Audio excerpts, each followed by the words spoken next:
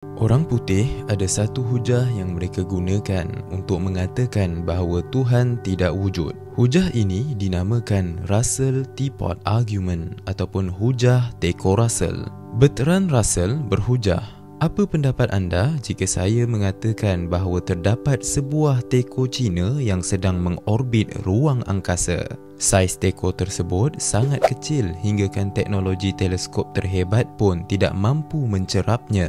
Lalu saya mengatakan bahawa bukti yang menunjukkan bahawa teko itu benar-benar wujud adalah tiada siapa pun mampu membuktikan yang ia tidak wujud. Masuk akal ke apa yang saya katakan ni? Tapi kalau saya ceritakan kisah teko ini dalam kitab-kitab suci, kemudian saya tanam pula kepercayaan ini dalam minda kanak-kanak, maka siapa-siapa yang ragu dengan kewujudan teko ini akan dianggap sebagai mereka yang aneh. Hujah teko Russell ini diujarkan oleh Bertrand Russell kerana terdapat segolongan agamawan yang menjawab bahawa bukti kewujudan Tuhan adalah anda tidak boleh membuktikan ketiadaan Tuhan. Dengan menggunakan logik yang sama, kita juga akan mengatakan bahawa teko yang mengorbit angkasa juga wujud kerana kita tidak mampu membuktikan sebaliknya.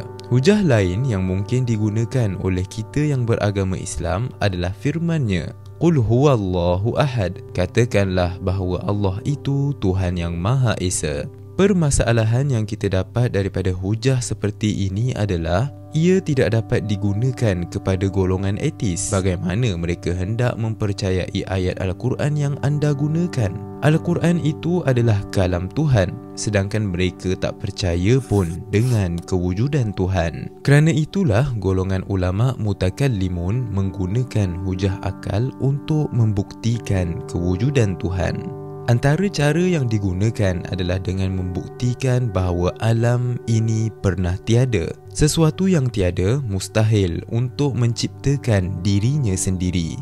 Disebabkan bumi yang kita diami ini mungkin wujud dan mungkin tidak, maka tentu ada yang memberatkan salah satu kemungkinan ini. Selain daripada hujah ini, ulama mutakallimun juga menggunakan hujah bahawa alam ini tersusun. Dan setiap yang tersusun pasti mempunyai pencipta. Mereka juga membuktikan bahawa alam yang wujud ini bermula daripada tiada dengan hujah jauhar dan arad. Sebenarnya, banyak bukti kewujudan Allah yang telah pun dibincangkan oleh para mutakallimin ini. Selaku umat Islam, jika kita ragu dengan keimanan kita terhadap Allah, Rasul dan perkara gaib, kita wajar mencari jawapan di sebalik keraguan ini. Kerana itulah channel ini berusaha menjelaskan sebahagian hujah para ulama yang menjawab keraguan-keraguan ini sejak berkurun lamanya. Jika anda tergolong dalam kelompok yang sering mempunyai keraguan dalam perkara-perkara tersebut,